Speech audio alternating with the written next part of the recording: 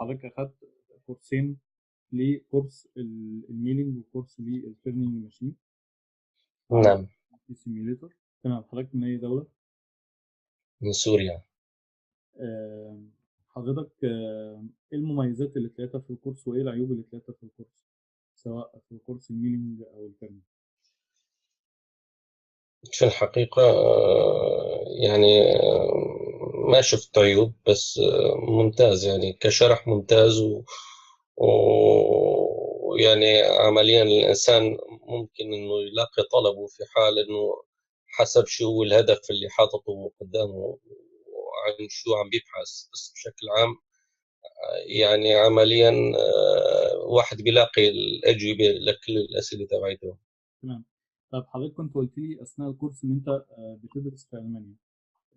قدرت نعم. إن برنامج السيميوليتور أو التدريب على برامج السيميوليتور بتقرب للواقع. قدرت تحس بده إن قدرت تقرب للواقع بتاع المكنة السي ان سي اللي بتشوفها في المصانع؟ نعم، في الحقيقة عن طريق السيمولاتور يعني بيقربك من الواقع بشكل تقدر جيد. تقدر تحط نسبة مئوية قدرت ازاي تقرب من الواقع او حسيت بالواقع بتاع المكنة السي ان سي بقد ايه؟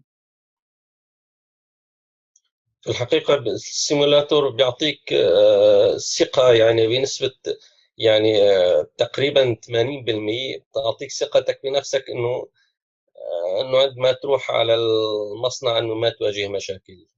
تمام. يعني انت حسيت ان البرنامج السيميوليتر عوضك عن الماكينة بنسبة 80%. نعم نعم. تمام.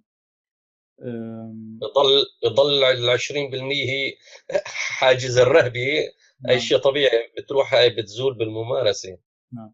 طب حاجز الرهبة وخصوصا في قياس الريفرنس بوينت او تحريك المكنة السي ان سي عن طريق الكنترول بانل اللي موجودة في السيميوليتر، كسرت الرهبه لما تيجي تقف قدام مكنه سي ان سي؟ حسيت ان انت كسرت الرهبه بنسبه كبيره؟ طبعا شيء طبيعي. م- تمام. طبعا هي الرهبة بتزول وقت اللي تصير بتكتسب شوية خبرة عملية لحالها. الرهبة هاي شوي شوي بتزول، بتروح حتى انه بالعمل انه يعني تمارس شوي على الآلي، فالرهبة لحالها بتزول. تمام. طيب حضرتك كنت بتدرس تدريب في السي ان سي في المانيا. مقارنه لو احنا هنقارن التدريب بتاعنا بالتدريب اللي حضرتك اخدته في المانيا، نقدر نقول ايه الحاجات المشتركه او ايه الحاجات المختلفه ما بين الكورسين؟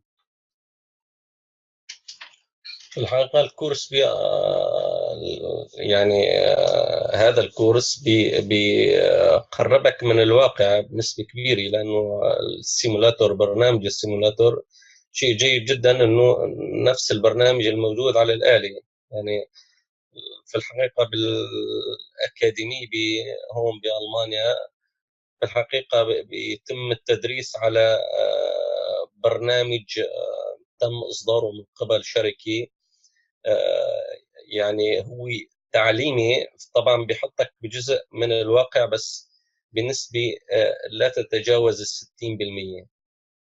تمام. فبتضل أكثر من 40% بعيد، أنت بعيد عن الواقع. بالإضافة لمعلومات يعني طبعا مكثفة بتكون بالأكاديمي بس بشكل تدريجي. نعم. يعني لكن طبعا عدم وجود السيمولاتور الحقيقي نفس السيمولاتور الموجود على الآلي بيضل عندك قلة ثقة بالنفس. نعم. يعني احنا نقدر نقول التدريب بتاعنا قربك للواقع بنسبة 80%، التدريب بتاع نعم قربك للواقع بنسبة 60%. ده رؤية زي كده؟ نعم نعم نعم. مم. بالتوفيق يا شكرا باشمهندس. جزيلا، شكرا واثق جزيلا. إن أفدناك بشكل قوي إن شاء الله. ألف شكر، شكرا جزيلا، شكرا جزيلا. تحياتي. السلام عليكم. عليكم السلام، تحياتي.